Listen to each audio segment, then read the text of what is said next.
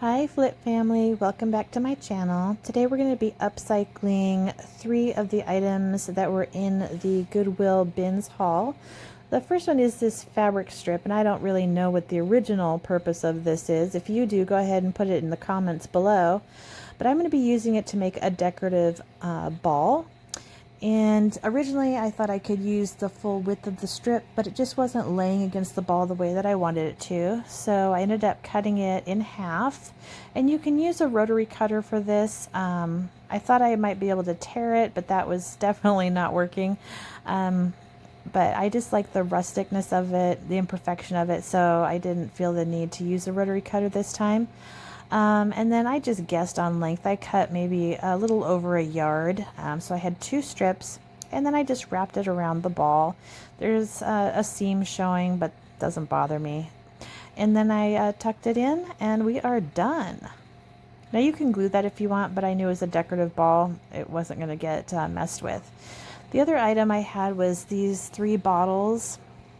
And I'm going to be painting them with Waverly chalk paint in plaster. Unfortunately, my lid was stuck tight, so I had to go grab the jar opener in order to get that open.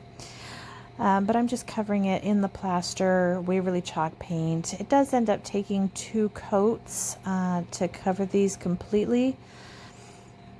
And that includes the little faux distressed indents that are on the bottles as well. But 2 good coats of the chalk paint does a nice job, and I'll have to go back and paint the bottoms later. I also painted inside the rim because I'm going to be putting some florals in here, but I didn't want the original color of the bottle to show through.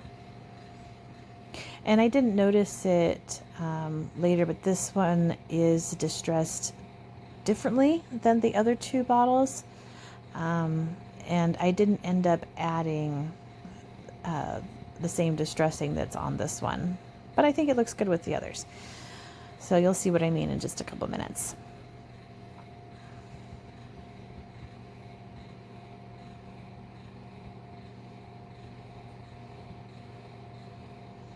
And a trick for moving these bottles is I just stuck my paintbrush down inside and then was able to tip it and lift it out of place. Now it seems a little weird painting an ivory bottle ivory.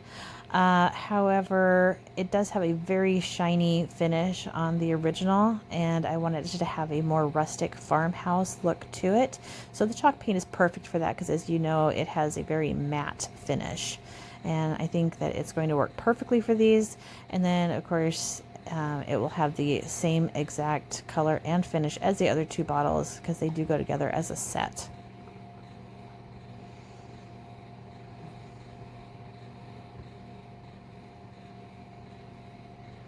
Now I'm going to let those dry.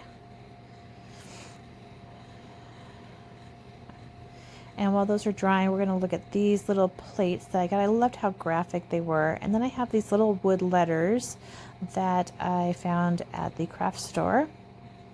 So right now I'm deciding what order I want these to go in. And the word that I chose was latte because I have 5 different plates, and latte is 5 letters. So I'm using a tacky glue to glue these down. They would be really challenging to paint because they're so small. So I thought if I glued them down first, that would give me more to hold on to. This is one of those times when long nails is not great. It is a little bit difficult to get those positioned the way that I want them to. And you could use a super glue or an E6000 for this as well. And I'm just using a flat paintbrush to clean up the little bit of glue that seeped out from underneath. And I'm using the Waverly chalk paint in ink, and I'm putting just a little bit on my brush because I don't want to paint the sides. I only want to paint the top. So if you start from the middle and work your way out to the edge, you won't end up with any paint on those brown edges of your letters. And initially I started with a tiny bit of paint.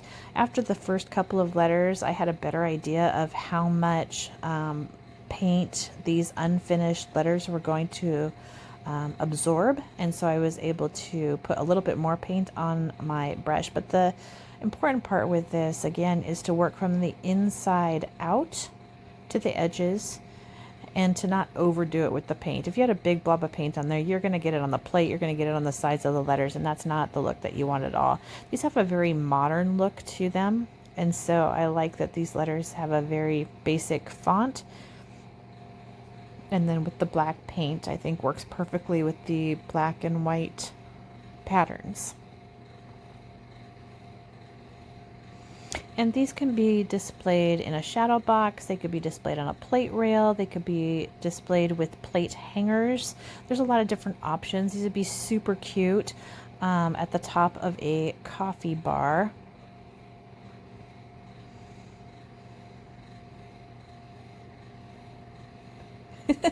And I'm trying to zoom out so you can see all of them, but it wasn't working as well as I wanted it to, but you kind of get the idea.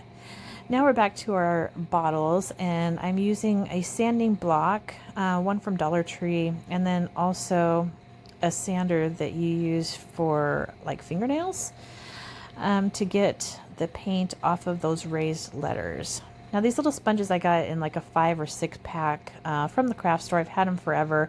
I usually tear them in half or into thirds, and then I'm dipping it into the Waverly chalk paint in truffle and just hitting those distressed areas and around the rims.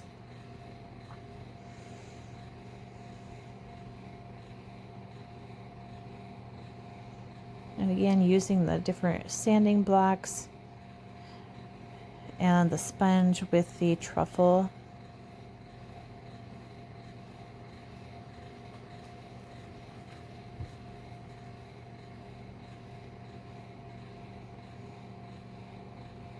This one was being really stubborn, but you know, persistence pays off, and you get the look that you're going for. And this is where I noticed that this one doesn't have the distressing like the other ones.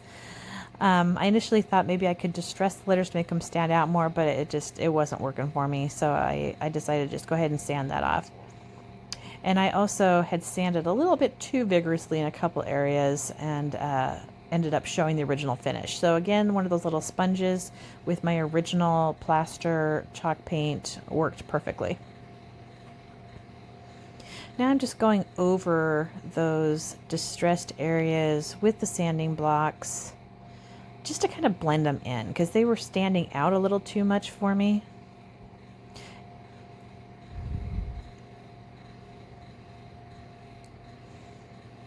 In hindsight, I probably could have left the original distressing in those divots, and it would have made my job a little bit easier. But I'm really happy with the finished result. Now I'm going back with a sponge and the plaster paint. Again, it's blending in those distressed areas so that they're there, but they're not too much. You know, it's just one of those things you just kind of play with until you get the look that you want.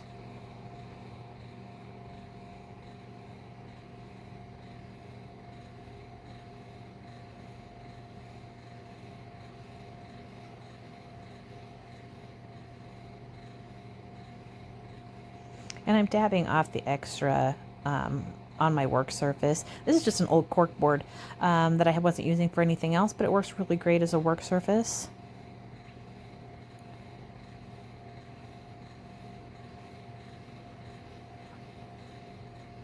And I'm just touching up a couple little areas on each one of the bottles.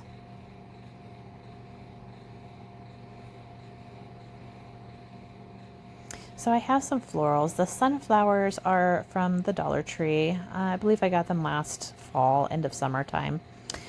So I'm going to cut those with my wire cutters. And I slide the leaves up because I don't want the leaves down inside the bottle. I want the leaves up with the flowers.